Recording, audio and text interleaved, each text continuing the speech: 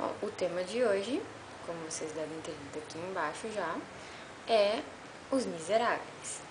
Esse livro faz parte daquele desafio que eu já tinha comentado antes lá do desafio 2013, livros e seus filmes, que tem como objetivo, né, assim, basicamente, você lê o livro, faz a sua resenha e tal, depois você assiste o filme e também faz a sua resenha. Basicamente, bem por cima, o desafio é isso. Os Miseráveis estava na lista antes dos livros. Agora ele saiu, eu não sei porque, acho que a Nini deve, sei lá, se ela tirou porque achou que não ia ter tempo para ler, o que aconteceu, eu sei que saiu. Só que o desafio também, assim, se você quiser acrescentar algum livro, você pode. Então, o que eu fiz foi manter Os Miseráveis na minha lista. E hoje eu vou falar deles para vocês. I dreamed a dream in time gone by. Então, essa daqui é a minha edição dos Miseráveis, né? Ela é a edição da Kozak Naif, aquela última que saiu, que é de bolso, sabe, os pockets, né? Então eles são menorzinhos, vem em 2 volumes. Então, uma olhadinha aqui, assim.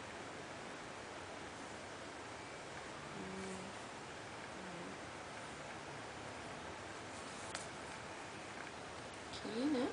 Aí aqui tem o relevinho e tal. É bem durinho essa caixinha.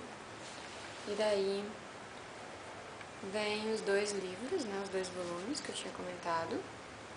As capinhas deles são assim. E que mais? No total, eles dão 1958 páginas de história. Esses 2 aqui. Aí depois tem a bibliografia, tem um negócio lá sobre o Vitor Hugo e tal, né? Explicando lá a cronologia das coisas. Mas de história mesmo, referente aos Miseráveis, são 1958 páginas. É um tantinho razoável, né? Eu comecei a ler dia 1º, agora, dia 1º de janeiro. Terminei dia 6, então foram... Se for fazer uma média, dá 300 e poucas páginas por dia que eu tava lendo. Eu comecei, na verdade, lendo acho que 200 e pouco no primeiro e no segundo dia, mas depois a história te envolve muito. Eu aproveitei que eu ainda estava de férias e que dava para ler mais, né, e tudo, aí eu aumentei o ritmo da leitura e eu consegui dar cabo disso daqui, então, em 6 dias. Como é que é a edição? Deixa eu pegar só um...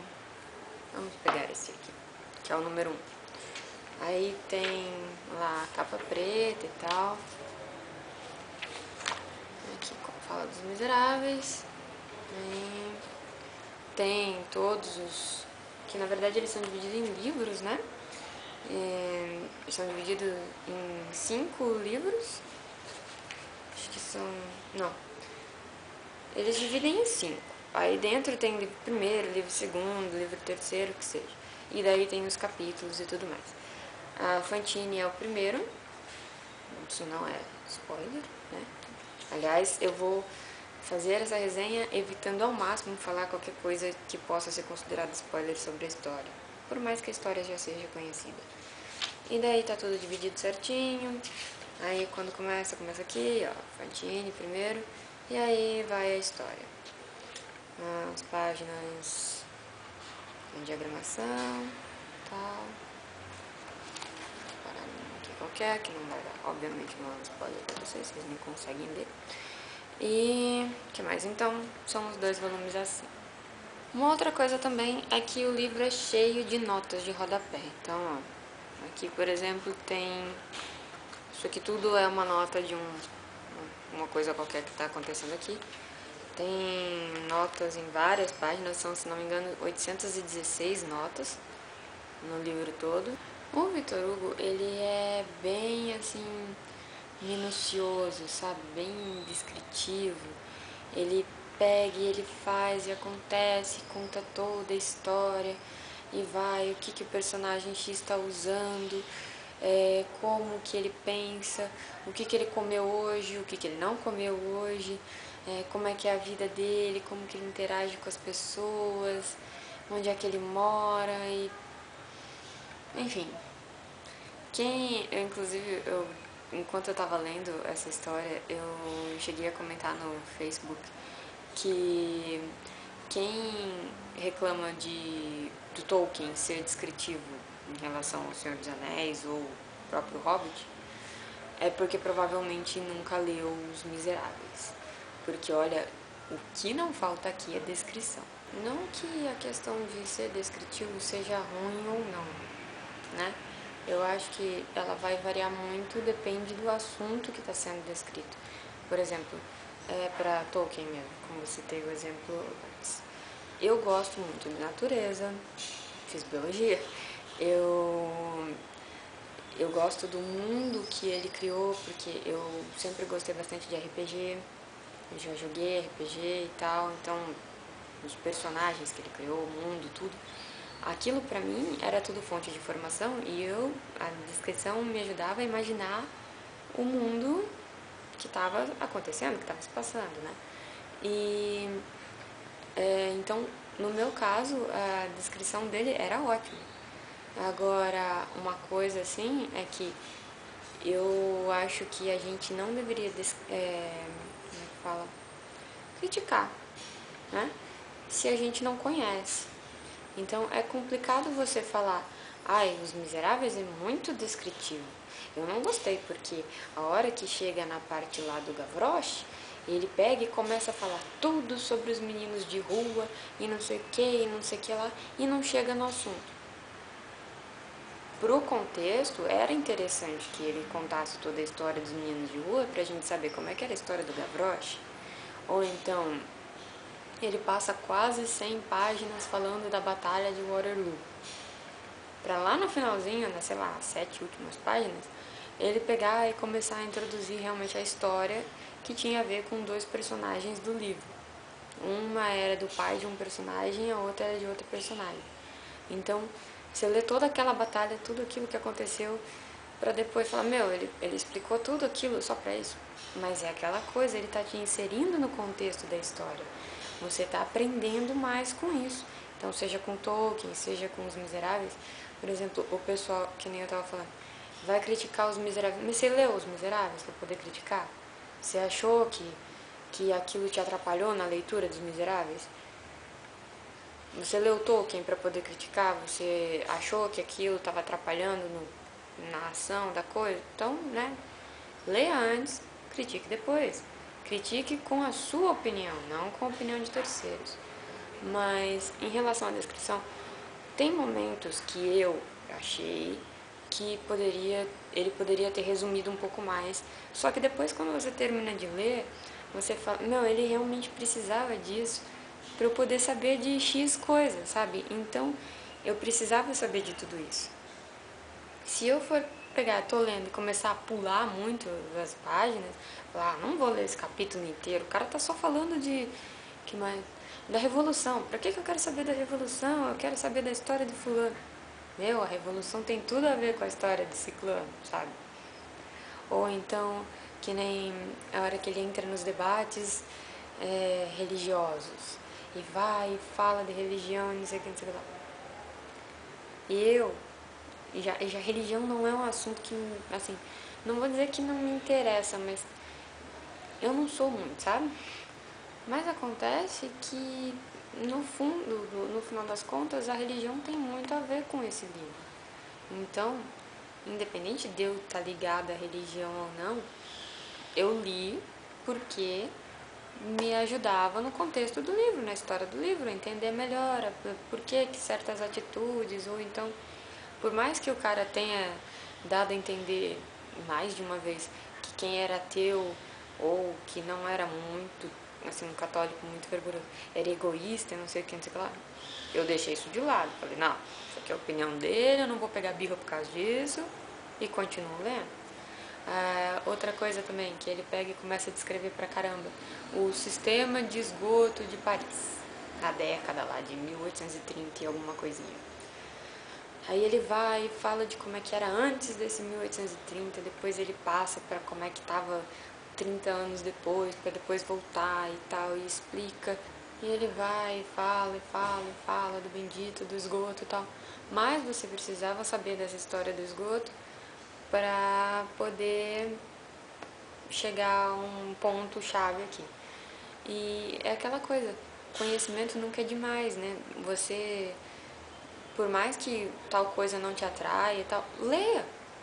Afinal, você comprou, se for o caso, né? Se você realmente comprou a edição completa, tal, tudo que conta, não tem cortes nem nada, você comprou pra ler, né? Você quer conhecer a obra do cara por inteiro, então deixa pra lá a questão de estar muito escrito, vai lendo, porque quando você pega, antes de você ler Os Miseráveis, você tem conhecimento X, vocabulário X, né, a respeito de história, a respeito de tudo. Depois que você termina, isso mudou. Você aprende muito com esse livro, muito, muito, muito. Não, tipo, que o bem triunfe, que não sei o que, não sei o que lá, das histórias, dos personagens, mas você aprende do contexto todo, sabe? De como é que era a situação, tudo. Você aprende muito com isso aqui. O livro me bateu.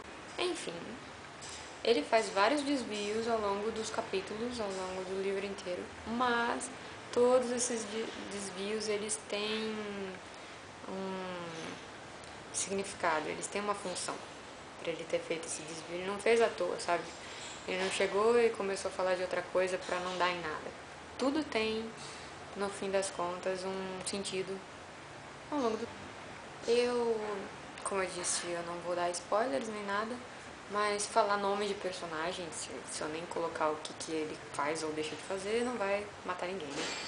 Então, entre os vários personagens, porque são muitos, eu gosto muito da Fantine, por tudo que ela passa. Eu gosto muito do Gavroche, também, por tudo que ele passa. Do Jean Valjean, embora tenha horas que eu penso, meu Deus, homem, por que você está fazendo isso? Por que você não faz? Mas eu gosto dele. E por que não dizer, eu também gosto da Eponina e do Javert. Eu gosto bastante deles. Deve ter, assim, provavelmente várias pessoas que leram isso aqui não gostam deles, mas eu gosto. Então, assim, para finalizar, porque eu acabei não contando tudo que se... nem que fosse um resuminho, né, do que se passa, basicamente é a história sempre das pessoas menos favorecidas, sejam miseráveis mesmo de pobres, sejam prostitutas, sejam crianças de rua, seja o que for, eles conta bastante disso. E é um resumo que, na verdade, tem como são vários personagens, pode ser visto por vários pontos de vista diferentes, mas eu vou contar do ponto de vista do Jean Valjean, então, né? Que ele foi preso por roubar um pão para alimentar a irmã e os sobrinhos, e ele ficou, por vários motivos, 19 anos preso por causa do pão e de algumas outras coisinhas. Mas o que ele fez mesmo foi roubar o pão. Ele é solto. Aí ele acontecem algumas coisas, ele encontra com aquele bispo que eu falei no começo, isso muda a vida dele. Antes ele tinha muita raiva, ele tinha muito ódio por causa da injustiça e tudo. Depois ele passa a ser uma pessoa justa, uma pessoa boa. Não que ele não fosse bom antes, mas, né? Ele ajuda muito os outros e nisso acaba se envolvendo na história da Fantine e depois entra a história dos Thénardier, entra da Cosette, entra do Marius, entra de vários outros personagens. E ao longo do tempo vão acontecendo várias desgraças com o Jean Valjean. Acontecem coisas boas também, mas são poucas. E você vai acompanhando tudo, como que ele vai lidando com isso. A história se passa ao longo de vários anos, acho que pega pelo menos uns 17 anos, acho que de 1815 a 1832, 33, por aí, 18 anos. Enfim, pega algumas décadas, pelo menos umas 2 décadas, até porque ele conta coisas demais para trás, depois ele avança um pouco no futuro. E é uma história muito interessante de como a injustiça transforma as pessoas, de como a justiça transforma as pessoas. E Eu confesso que quando eu cheguei no final do livro, depois de acompanhar tudo aquilo que tinha acontecido com todos os personagens, rolou aquela lagriminha assim, sabe? Tipo, não, por quê? Os olhinhos marejaram. E foi assim, é um livro muito bom. Eu acredito que ninguém vai se arrepender de ler um livro desses. E que mais? É que nem eu falei no começo, é magnífico. Do começo ao fim, esse livro é ótimo. Ele tem as suas partes mais lentas, ele tem as suas partes de ação, ele dá voltas enormes, mas é um livro muito, muito bom, que vai mudar provavelmente o seu modo de pensar a respeito das pessoas e das coisas. Eu recomendo muito fortemente esse livro. O filme vai ser lançado agora em fevereiro. Na verdade, ele já foi lançado antes nos Estados Unidos, mas aqui no Brasil ele vem em fevereiro. Eu tô doida pra assistir. Já foram feitas várias adaptações desse livro, já tem teatro, musical, outros filmes. Então leia o livro, assista o filme. Se você já leu o livro, já assistiu alguma adaptação, fala aí nos comentários o que você achou, o que vocês acharam desse livro aqui, quem já leu. Ou quem não leu ainda, vocês têm interesse em ler o livro, como é que é. Quando lançar o filme, eu vou assistir o filme e vou fazer outro vídeo que também faz parte do desafio, que daí no caso é contando o que eu achei do filme em comparação com o livro e tudo mais. Então é só isso. Leiam, assistam e me contem o que vocês acharam. Life has killed